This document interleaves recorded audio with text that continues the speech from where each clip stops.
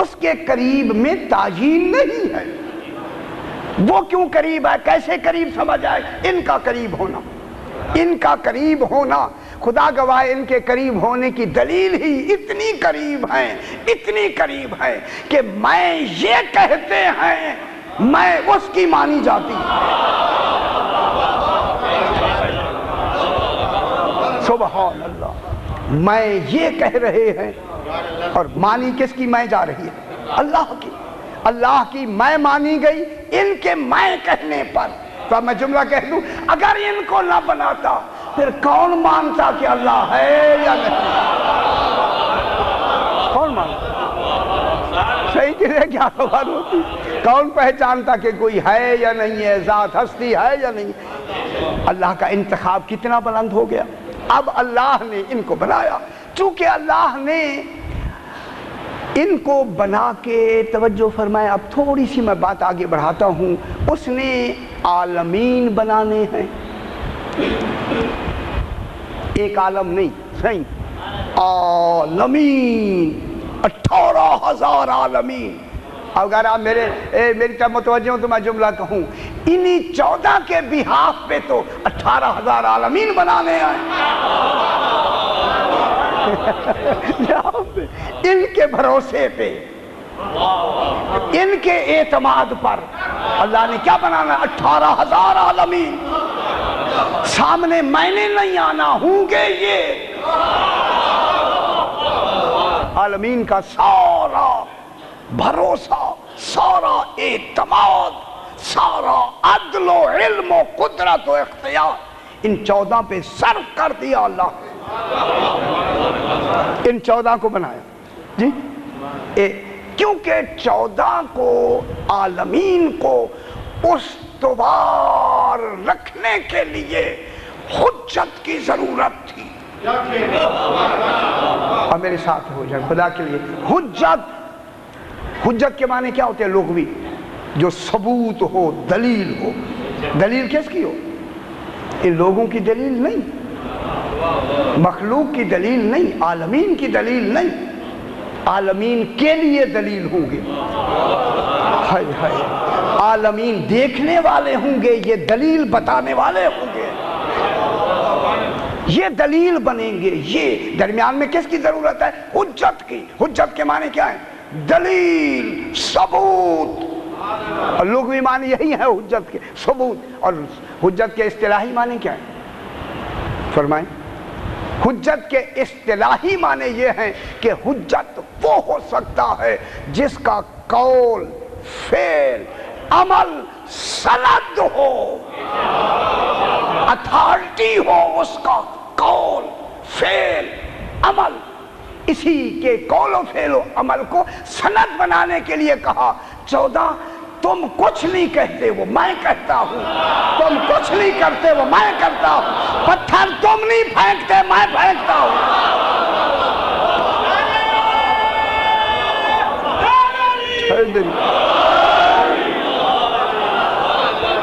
سند ہو گیا نا. اب ان کا قول کیا ہو گیا؟ سند. فعل کیا ہو گیا؟ سند. عمل کیا ہو گیا؟ سند. اتھارٹی ہو گیا. اور اتھارٹی اس کا، سند اس کا قول و عمل و فعل ہو سکتا ہے جو اللہ کا مظہر کل ہو، مظہر تام ہو. میں کیا کہہ رہا ہوں؟ اب مظہر تام کسے کہتے؟ اب یہ بھی سمجھانا پڑے گا، ہر شاید سمجھانی پڑتی ہے. مظہر تام وہ ہوتا ہے کہ جہاں معلول کا موجود ہونا واجب. تام وہ ہوتا ہے جب علت موجود ہو تو معلول کے موجود ہونے میں تاخیر نہیں ہو سکتی. یعنی معلوم ہوا یہ مظہر تام ہے. جب تام ہے تو کیسے ہیں کہ جب سے علت ہے، جب سے اللہ ہے، تب سے آل محمد. بس فرق اتنا ہے، فرق کہ اللہ ہے یہ ہوئے ہیں. اتنا فرق ہے. روز میں کہتا ہوں یہ اللہ ہے یہ ہوئے ہیں. تو لہذا ان کا مظہر تام ہونا ضروری. جب یہ مظہر تام ہوں گے تو اللہ کا کیا بنیں گے؟ معلول. اللہ ان کی علت ہوگا، علت تامہ، مظہر تام. اور مظہر تام وہ ہو سکتا ہے جو اول المخلوقات ہو. چین ملائیں، جو اول مخلوق ہوگا وہ اللہ کا مظہر تام ہوگا. آنکھیں بند نہیں کر لی سرکار برابر صلوات پڑھ دے گا. اللہم صلی محمد و آل محمد. مظہر تام اول مخلوق، اور اول مخلوق مظہر تام وہ ہو سکتا ہے کہ جو عقلی طور پر، منطقی طور پر، نصی طور پر جس کی اولیت ثابت ہو. عقلاً بھی جس کی اولیت ثابت ہو. نصاً، نص کہتے ہیں روایت کو، دلیل کو. سرکار نے کیا فرمایا؟ اول ما خلق اللہ نوری. منطقاً بھی ان کی اولیت کا ہونا ضروری ہے. جب اول مخلوق عقلاً، علماً، منطقاً، نصاً اول مخلوق ثابت ہوئی تو پھر یہ اول مخلوق کا کمال کہاں سے شروع ہوگا؟ توجہ فرمائیں سرکار. اول مخلوق کا کمال کہاں سے شروع ہوگا؟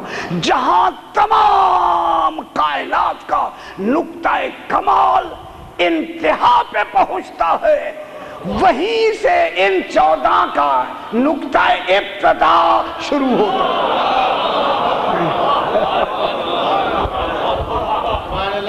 ان کی ابتدا، ان کی کہاں سے ابتدا پذیر کہاں سے ہوں گے؟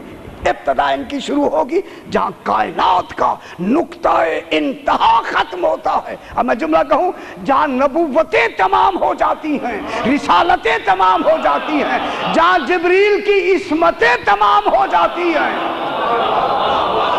وہاں سے ان 14 کی ابتدا ہوتی ہے. ان 14 کی ابتدا ہوتی ہے، اور جہاں ان کی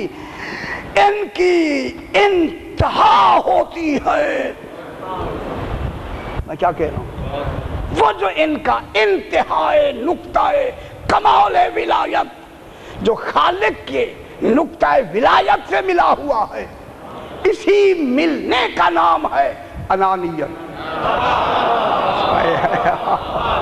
اور نہیں فرما رہے جناب، اس کا کیا نام ہے جناب؟ میں. اب اللہ نے انہی عالمین کی ہدایت کے لیے سب سے پہلے جو اللہ سے شے نازل ہوئی ہے وہ ہے علم قرآن.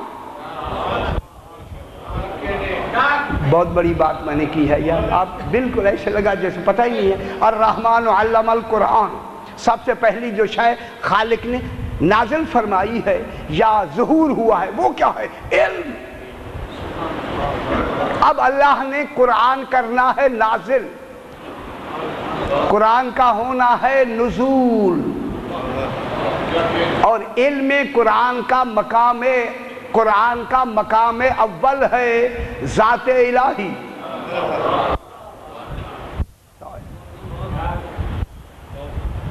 قرآن کا مقام اول کہاں ہے؟ ذات الہی میں. علم عین ذات ہے نا، اس کا علم عین ذات ہے، تو وہاں موجود ہے. جب وہاں موجود ہے تو اب اس علم کو خالق نے کرنا ہے نازل، اور نزول کے لیے حرکت ضروری ہے. اور نہیں فرما رہے جناب، نزول کے لیے ہے حرکت ضروری. قرآن حرکت نہیں کر سکتا، اللہ خود متحرک نہیں ہے، پھر کن کی ضرورت ہے؟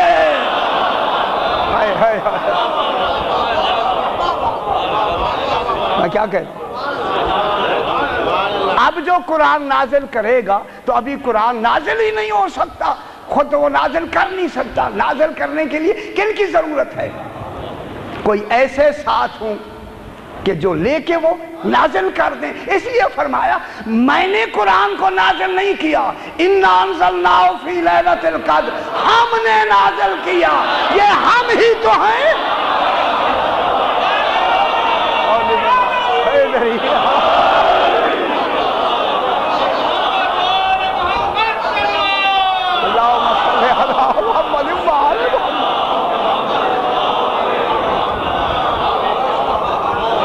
یہی ہم تو ہے، یہی ہم ہیں تو پھر ہم کب ہونے چاہیے؟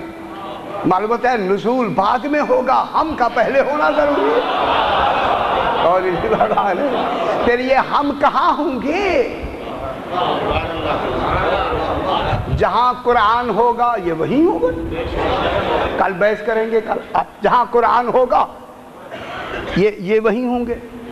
تو اب جب یہ وہی ہوں گے تو قرآن ان کے بغیر نازل نہیں ہو سکتا۔ معلوم ہوگا قرآن محتاج ہے ان کے نازل کرنے کا۔ ہائے ہائے ہائے، آل محمد محتاج نہیں۔ قرآن کے لیے ضروری ہے کہ کوئی اسے نازل کرنے والا ہو، اور یہ نازل ہو رہا ہے عالم سرمدی میں، زمانی میں نہیں۔ زمانی میں تو جناب جبریل ہوں گے۔ عالم زمانی میں مکے میں جب آئیں گے سرکار تو جبریل کا نزول ہوگا برائے اجرا، برائے امضا، کہ وہ جو آپ کو ہم نے عالم سرمدی میں تمام علوم معلمہ جو تمہیں دے دیے گئے ہیں، منزلہ جو تم پہ نازل کر دیے گئے ہیں، اب وقت ہے ان کے اجرا کا۔ اب وقت ہے ان کے پہنچانے کا۔ یہ جبریل کا نزول پہنچانے کے لیے ہے، اجرا کے لیے ہے، تعلیم کے لیے نہیں۔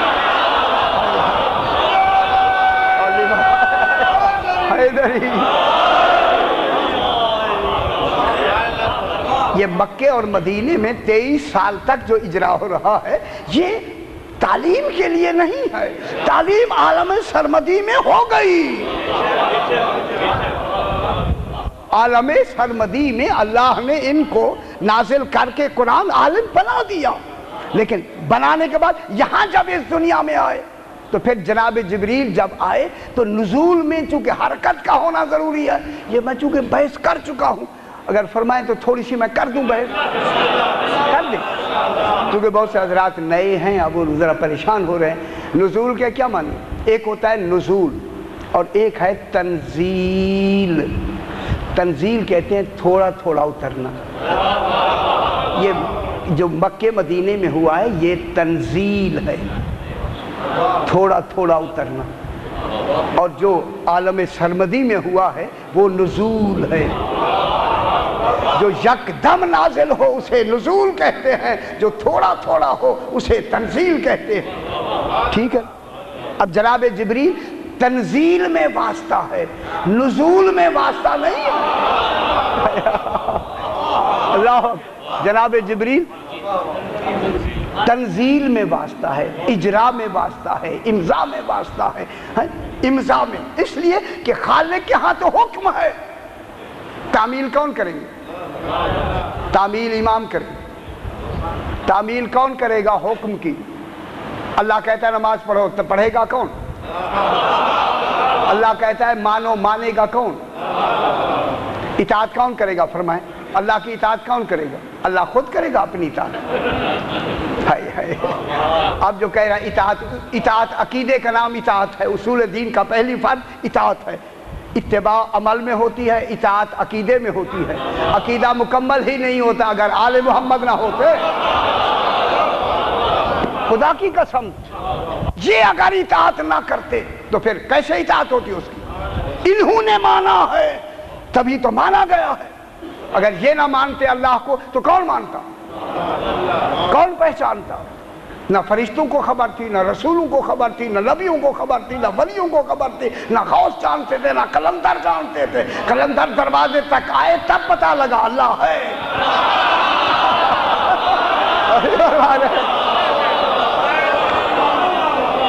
غوث دروازے پہ آئے تب غوث بنے، قلندر دروازے پہ آئے تب قلندر بنے۔ پھر قلندر نے بھی آ کے وہ کمال دیکھا، کہنے لگے میں قلندر نہیں، علی کی گلی کا سادھو ہوں۔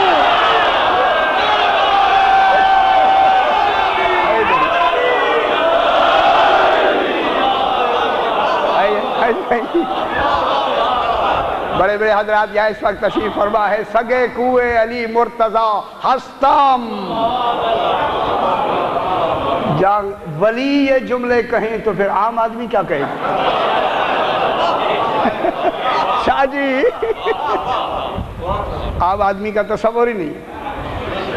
میں ابھی شمس رات کو میں گیا تھا, ابھی میں وہاں پر پڑھ رہا تھا خمسہ ملتان میں, تو رات کو گیا, میں نے قبر کو ہلایا, میں نے کہا صحیح خدا کی قسم.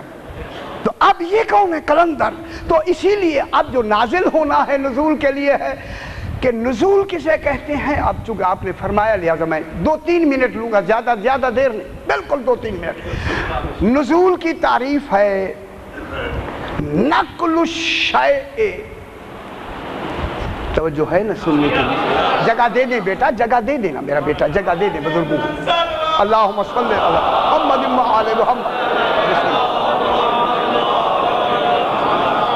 نقل الشیء من الاعلی الی الاسفل دفعۃ. بلندی سے یہ تعریف سمجھانے کے لیے ہوتی ہے. یہ نہیں تھا کہ قرآن جب نازل ہوا محمد مصطفیٰ علیہ السلام کہیں دور تھے اور علی علیہ السلام کہیں دور تھے, قرآن کہیں دور تھا, وہ تو پہلے سے قریب ہیں. اس پہ پھر لمبی بحث ہے, وہ نہیں کرنی. پھر آپ مجھے کہیں گے خبر ہے یہ کون ہے, بلا نہیں چاہتے. وہاں تو ایک ہی بات ہے بابا. میں کیا کہہ رہا ہوں, وہاں دوری کا کیا تصور ہے؟ جو اب تک قریب کر رہا ہے تو شروع قریب کتنا ہوگا؟ ہاں غور نہیں فرما رہے آپ. اب جناب نقل الشیء من الاعلی الی الاسفل دفعۃ, بلندی سے پستی کی طرف کسی شے کا اترنا, حرکت کرنا نزول ہے. معلوم ہوتا ہے اوپر سے جو نیچے آتا ہے یہ حرکت ہے. حرکت جسم کا خاصہ ہے. اللہ کبھی بھی جسم رکھتا نہیں. علی علیہ السلام فرماتے ہیں لا یجری علیہ الحرکت والسکون. اللہ کے لیے نہ حرکت ہے نہ سکون ہے. جو حرکت کرے وہ اللہ نہیں ہے, جو ساکن رہے وہ اللہ بھی نہیں ہے. یقین کریں سمجھ سے بالا تر ذات ہے, نہ حرکت ہے نہ سکون ہے. صحیح ذہن کیسے کہاں تک پہنچ جاتا ہے؟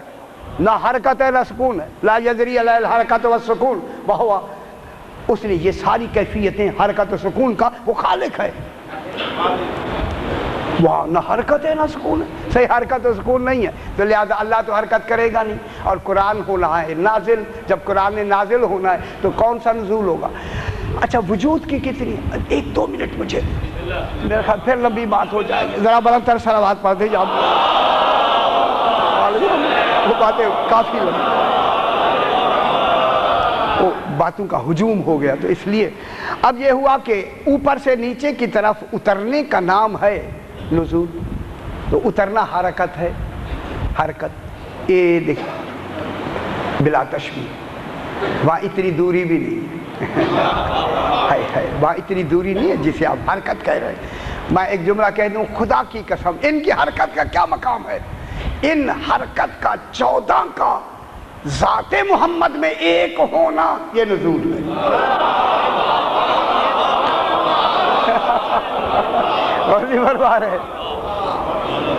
میں نے ابھی جلدی سے کہہ دیا, بات سمجھ ہی نہیں آئی, میں نے جلدی کہہ دیا. 14 کا ایک محمد ہونا یہ نزول ہے. اتنی تو دیر لگی, وہاں کی دوری تو ہی تھی.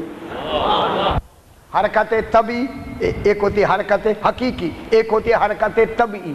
اب قرآن کا جو نازل ہوا, اب وجود کی قسمیں ادھر نہیں جاتے, نازل ہوا تو قرآن کا نزول میں شرط ہے جب بھی شے نازل ہوگی تو وہ اس کا وجود حقیقی نازل ہوگا, جو عینی وجود ہے. عینی نہ لفظی ہوگا, نہ مکتوبی ہوگا, نہ ذہنی ہوگا, بلکہ عینی ہوگا.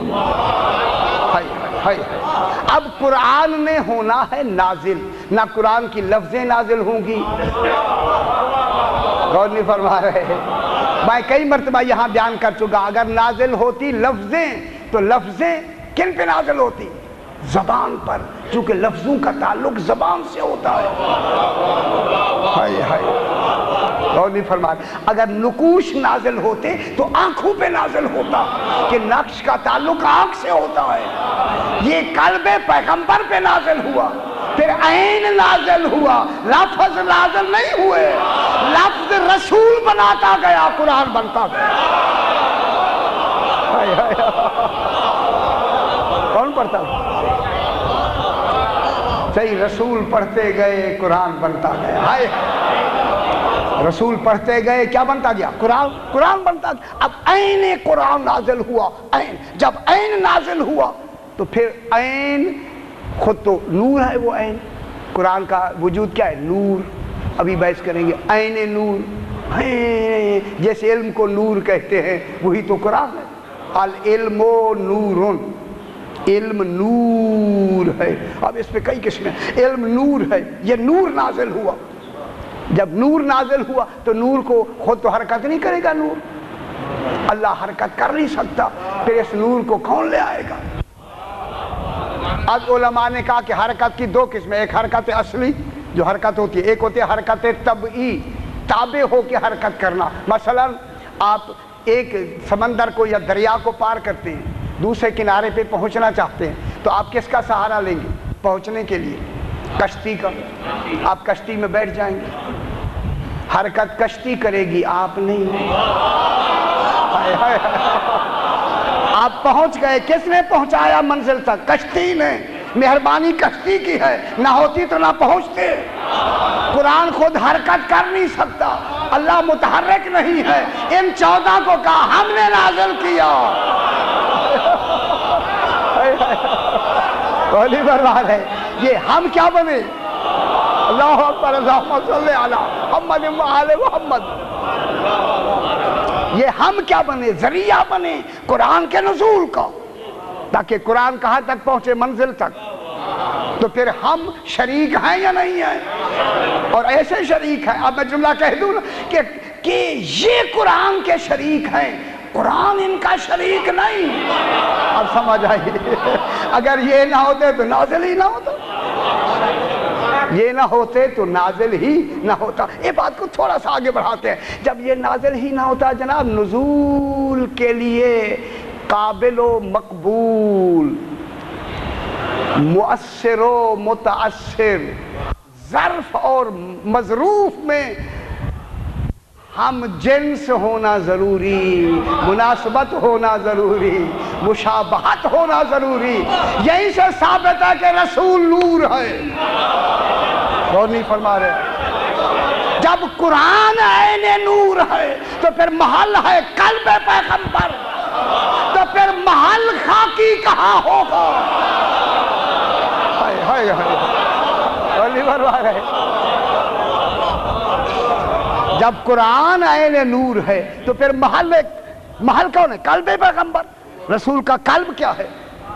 محل ہے قرآن کے اترنے کا، تو پھر محل اور حال اور اس میں کس کا ہونا ضروری ہے؟ مناسبت کا ہونا ضروری ہے۔ قابل و مقبول میں مناسبت کا ہونا ضروری ہے، اور ظرف و مظروف میں مجانست کا ہونا ضروری ہے، ہم جنس ہونا ضروری ہے، چونکہ نور اور ظلمت ضدیں ہیں۔ قرآن نور ہے تو رسول نور ہوگا، ظلمت نہیں ہو سکتا۔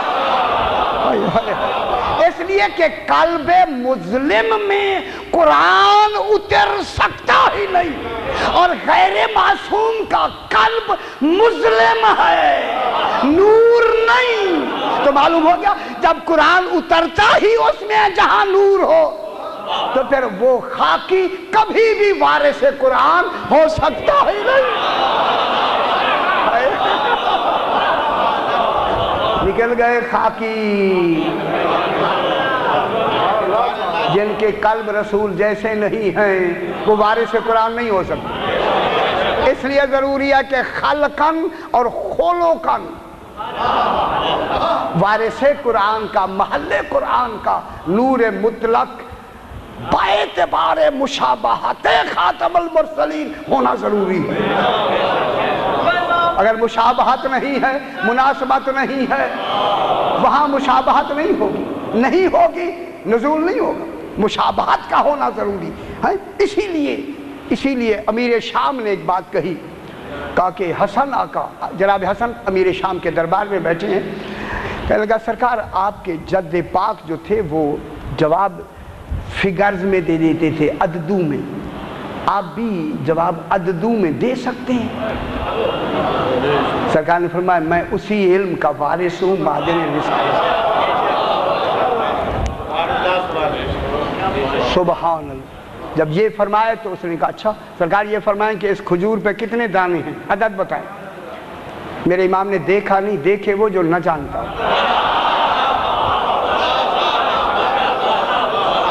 سرکار نے دیکھا نہیں سنی، اسی طرح فرمایا کہ اس پر 4004 دانے ہیں، 4004 دانے ہیں۔ جب یہ کہا تو امیر شام نے، نام تو سمجھ لیجیے نا، امیر شام نے عبداللہ ابن عامر سے کہا اوپر جاؤ، احتیاط سے خوشے کاٹ کر نیچے لاؤ، گنو۔ امام اپنی بیٹھے ہوئے ہیں، یہ گن رہے ہیں، اور نہیں فرما رہے، امام تشریف رکھتے ہیں اطمینان سے اور یہ گن رہے ہیں۔ جب 4000 پورے ہوئے تو 4 بچے۔ عبداللہ نے امیر شام کو دیکھا، امیر شام نے عمر بن عاص کو دیکھا، عمر بن عاص نے میں کیا کہہ رہا ہوں، جو بہت حدیثیں بناتے تھے، ابو ہریرہ کو دیکھا، یار میں کیا، ان کو دیکھا۔ جب ان کی طرف دیکھا تو کہنے لگے یہ تو 4 تو پورے ہو گئے، پھر کیا کریں؟ عبداللہ ابن عامر نے جلدی سے ایک کھجور لے کے منہ میں گھٹلی سمیت نگل لیا۔ اب جب نگل لیا تو کہنے لگا سرکار یہ 4003 ہوئے ہیں۔ خدا کی قسم چہرہ امام پر جلال آیا، چونکہ یہ اللہ کی میں کے ثبوت ہے۔ اگر آج غلط ہو گیا تو اللہ غلط ہو گیا، معاذ اللہ۔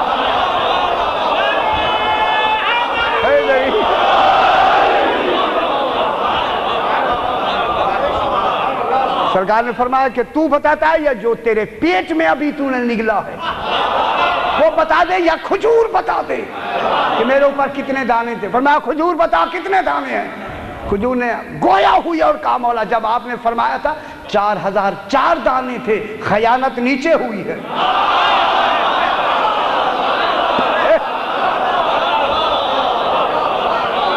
خیانت سرکار نیچے ہوئی ہے۔ اب جس نے وہ نگلا ہوا تھا سرکار نے فرمایا تیرے پیٹ کے اندر وہ خود کہے یا تو بتاتا ہے؟ فوراً اس نے کہا کہیں پیٹ نہ چاک ہو جائے۔ ہاں نکلا ہے، کون سی ہے گا بابا، امام کا نکلا ہوا تو پھر تو امام ہی جانے نا۔ اس نے کہا ہاں سرکار میں نے نگل لیا۔ نگلتے ہی دیکھیں خدا جانے یہ کتنے تیز تھے ذہنوں میں کہ کوئی ایسا پہلو نکلے۔ اسی عبداللہ ابن عامر اور انہوں نے مل کے کہا سرکار کیا ہوا؟ ایک ہی دانہ کم ہوا نا، 4003 نکلے، ایک کم ہوا، آپ کا اندازہ تو صحیح ہوا ہے۔ دیکھیں کتنی بڑی سیاست کھیلی انہوں نے۔ سرکار آپ نے تو صحیح کہا نا، ایک ہی کم ہوا، اندازہ تو صحیح ہوا۔ پھر میرے امام نے فرمایا خبردار ہمارا علم اندازے والا نہیں ہے۔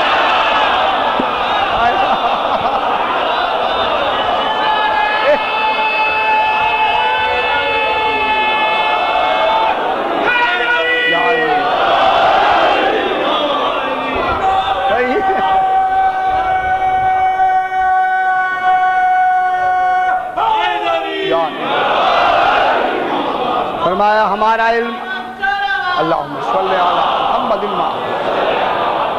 محمد، فرمایا ہمارا علم اندازے والا نہیں ہے۔ یہ کہے کہ سرکار نے فرمایا تو ساری باتیں بھول جائے گا۔ امام نے فرمایا بھول جائے، امیر شام کو کہا بھول جائے گا، لیکن 3 باتیں نمایاں رہیں گی۔ اب جب امام نے فرمایا 3 باتیں نمایاں ہوں گی تو اس کو تشویش ہوئی کہ ہیں مستقبل کی بات امام بتا رہا ہے۔ سرکار وہ کیا ہوں گی؟ فرمایا ایک یہ ہے کہ تو زیاد کو ابن زیاد نام سنا ہوگا، اس کو تو اپنا بھائی بنائے گا۔ اس لیے ابن زیاد کو کیا کہتے ہیں؟ زیاد بن ابی ہے، اپنے باپ کا باپ، بیٹا زیاد، باپ پتہ نہیں تھا۔ یا علی کتابیں خریدیں، اب تو خریدیں نہیں یار اب دیکھیں مجھے نمبر لگاتے ہی ذرا دکھ ہو رہا ہے، اب تو کتابیں خریدیں نا جناب کہ زیاد ابن زیاد کو کیا بنائے گا؟ بھائی بنائے گا۔ نمبر 2 عامر ابن الحمق خزائی کا سر تیرے دربار میں ہدیۃً لایا جائے گا۔ یہ کون ہے؟ عامر ابن حمق الخزائی، یہ صحابی رسول ہے۔ آقا ہاشم البحرانی اس کے بارے میں بہت بڑی باتیں فرمائیں تو میں جلدی سے سنا دوں، نہیں تو میں آگے چلوں۔ جناب اس کا سر تیرے پاس ہدیۃً لایا جائے گا۔ تیسرا حجر ابن ادائی کو، وہ جو آپ جاتے ہیں ان کو تو شہید کرائے گا۔ یہ تینوں باتیں امام نے پہلے بتا دی تھی۔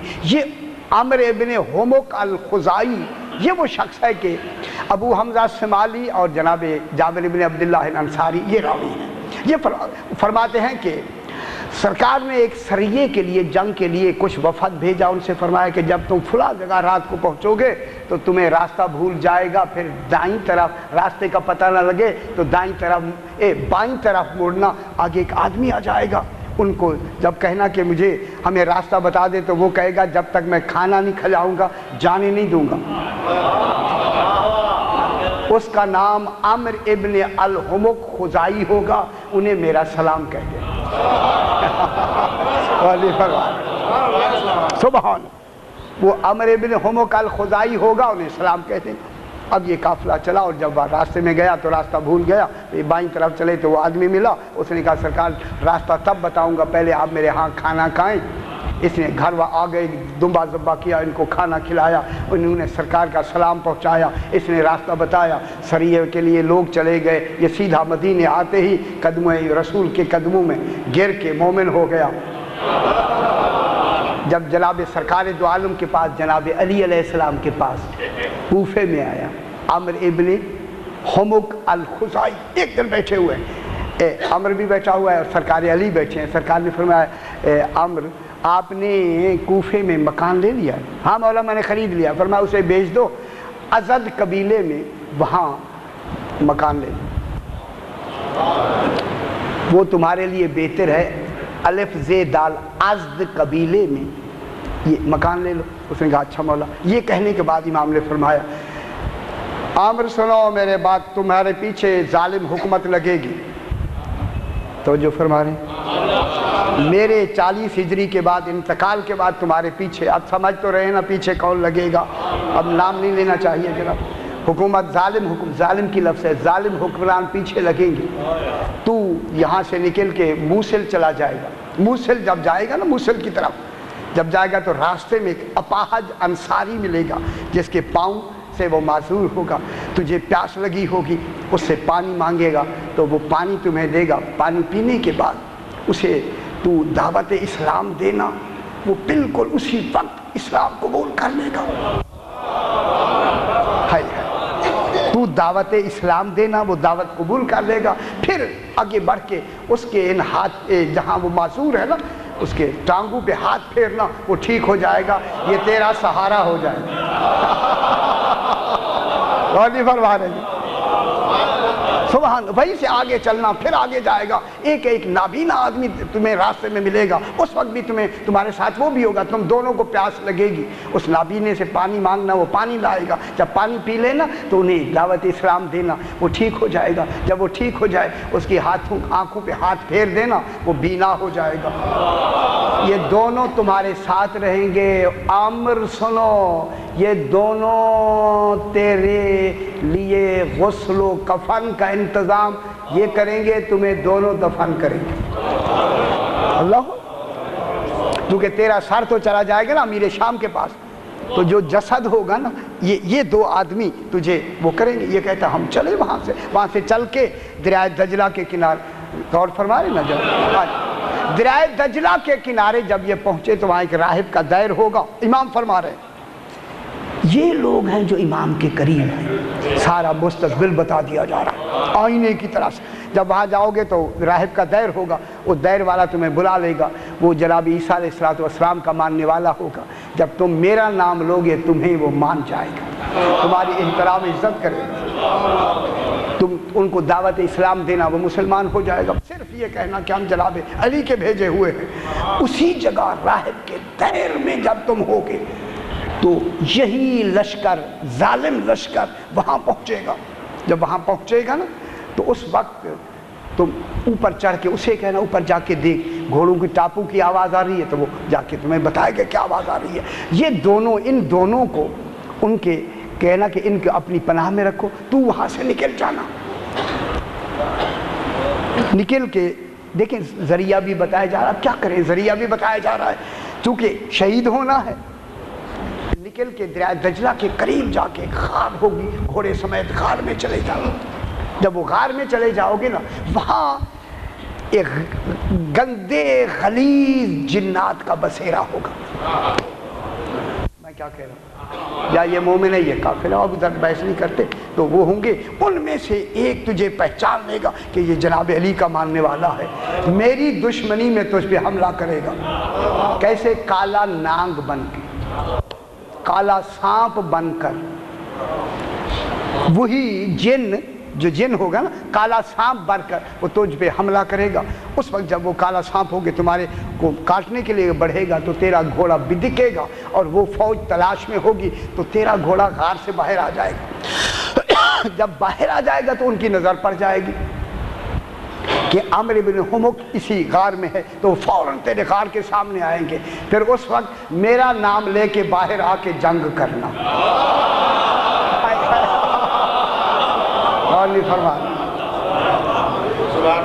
ہماری محبت میں جنگ کرنا، یہ ہوگا کہ پھر وہ تمہیں کیا کر دیں گے، لڑائی ہوگی، قتل ہو جائیں گے، پھر تو شہید ہو جائے گا، پھر تیرا سر کاٹا جائے گا، اور یہی سر تیرا، یہ تاریخ اسلام کا بابا پہلا سر ہے تاریخ اسلام کا، جو کسی کے ہاں بطور تحفہ بھیجا گیا۔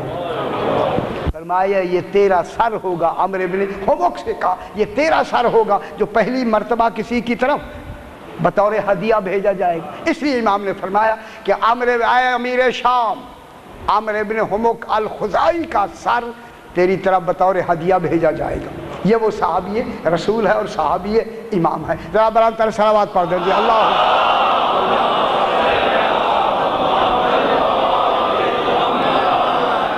اب آ گیا جناب یہ نزول، تھوڑی سی بات کہہ کے چلے، وقت کے لحاظ سے کل پھر بحث کریں گے۔ لہٰذا قرآن پاک کے نزول میں شراکت کی 6 قسمیں ہیں۔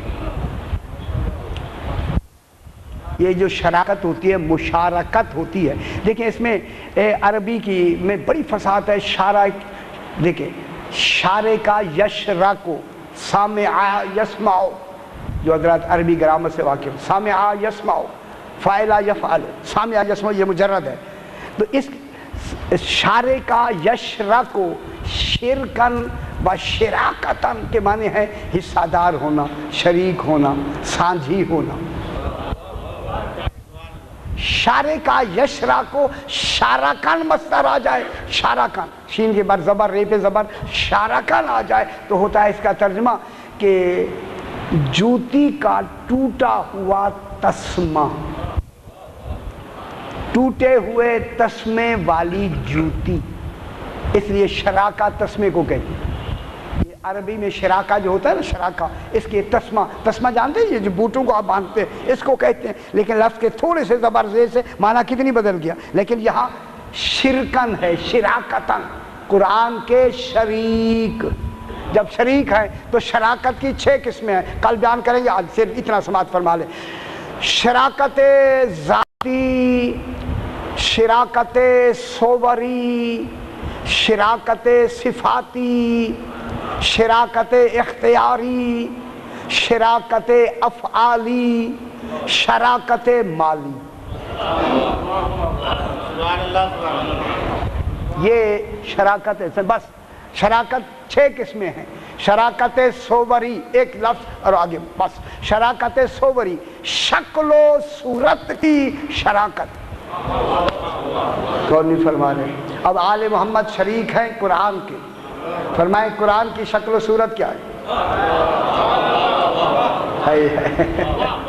فرمائیں نا میرے بزرگ، آپ تشریف رکھتے ہیں، کیا یہ سیاہی سے لکھا ہوا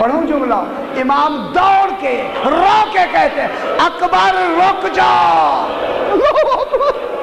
او میرا شبیہ رسول، اجرکم اللہ سیدہ سے قبول فرمائے، شبیہ رسول علی اکبر رک جا۔ اب جب علی اکبر رکے امام نے اتارا، گلے لگایا، ازادارو 7 مرتبہ سوار کرایا، 7 مرتبہ اتارا۔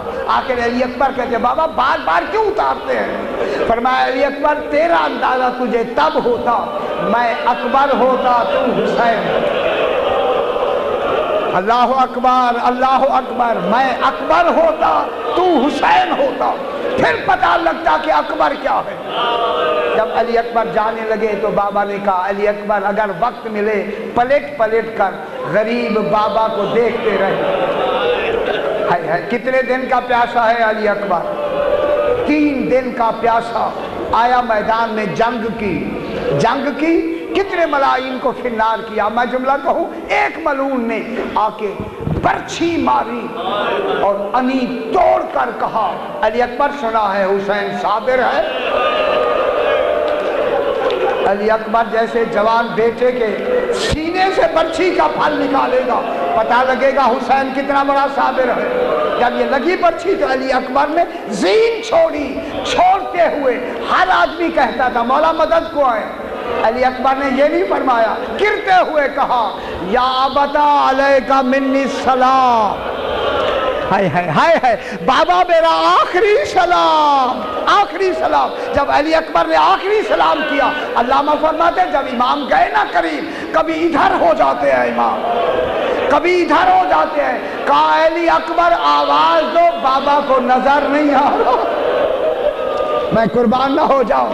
علی اکبر نے نہیں آواز دی، امام پہ کیا اثر ہوا؟ حسین بر لاش پسر زانو بزانو، ان کوہنیوں کے بل چل کے، اجرکم اللہ، کوہنیوں کے بل چل کے امام نے علی اکبر کا سر گود میں رکھا، آنکھیں صاف کی، وقت آخر ہے، کہا علی اکبر آخری وقت ہے، کوئی وصیت ہو تو کرو۔ علی اکبر نے کہا بابا، علی اکبر نے، امام نے فرمایا علی اکبر ذرا مجھے ایک مرتبہ گلے لگا لو حسرت نہ رہے۔ علی اکبر نے ایک ہاتھ سینے پہ رکھا، ایک ہاتھ سے گلے لگایا۔ بابا کہتے ہیں بیٹا یہ ہاتھ کیوں نہیں اٹھایا؟ کہا بابا ظالم نے برچھی مار کے یہ جملہ کہا تھا، سنا ہے حسین صابر ہے، علی اکبر کے سینے سے برچھی نکالے گا اجرکم اللہ، پھر پتہ لگے گا حسین کتنا صابر ہے، بس اتنا کہنا تھا۔ امام نے فرمایا علی اکبر تو فخر اسماعیل بن، میں فخر ابراہیم بنتا ہوں۔ اب جو امام نے ہاتھ ڈالا، کھینچنا چاہا، علی اکبر کا سارا وجود،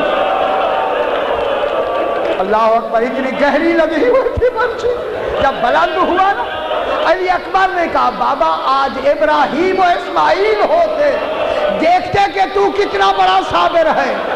ٹیلے کے قریب سے انبیاء کی آواز آئی، حسین، اجرکم اللہ، اجرکم اللہ، تم انتما سید الصابرین، اجرکم اللہ، اجرکم اللہ، تم بہت بڑے صابر ہو۔ یہ کہنے کے بعد امام نے دوسری مرتبہ جب ہاتھ ڈالا، جو رونا چاہتے میرے ساتھ ہو جائے، اب جو امام نے ہاتھ ڈالا علی اکبر کے لب ہلے۔ امام نے فرمایا اکبر کچھ کہنا ہے؟ ہاں بابا کہنا ہے، بتلاؤ کیا کہنا ہے؟ رو کے کہا بہن صغرا ملا دو۔ میرے خیال ہے بہت بڑی مصائب کی لفظ ہے یہ بہن، اجرکم اللہ۔ علی اکبر نے کہا بابا بہن صغرا ملا دو۔ اب جو امام نے فرمایا اکبر میری انگلیوں میں دیکھو، اب جو دیکھا کہا بابا نہ دیکھتا تو اچھا تھا۔ اکبر کیا دیکھا؟ دیکھا یہ فاطمہ صغرا میرے قدموں کے نشانوں پر، یہی پرسا دینا، یہی پرسا دے، یہی حق ہے پرسا دینا۔ جناب ام لیلا راضی ہو رہی ہے، جناب زانیہ سہرا راضی، اجرکم اللہ، اجرکم اللہ۔ فاطمہ صغرا میرے قدموں کے نشانوں پر منہ رکھ کے کہہ رہی اکبر 10ویں کا سایہ ڈل گیا ہے، صغرا تیرے انتظار میں ہے۔ امام نے فرمایا اکبر یہیں سے سلام، یہیں سے سلام کہہ دو۔ کہا فاطمہ صغرا میرا آخری سلام، آخری سلام۔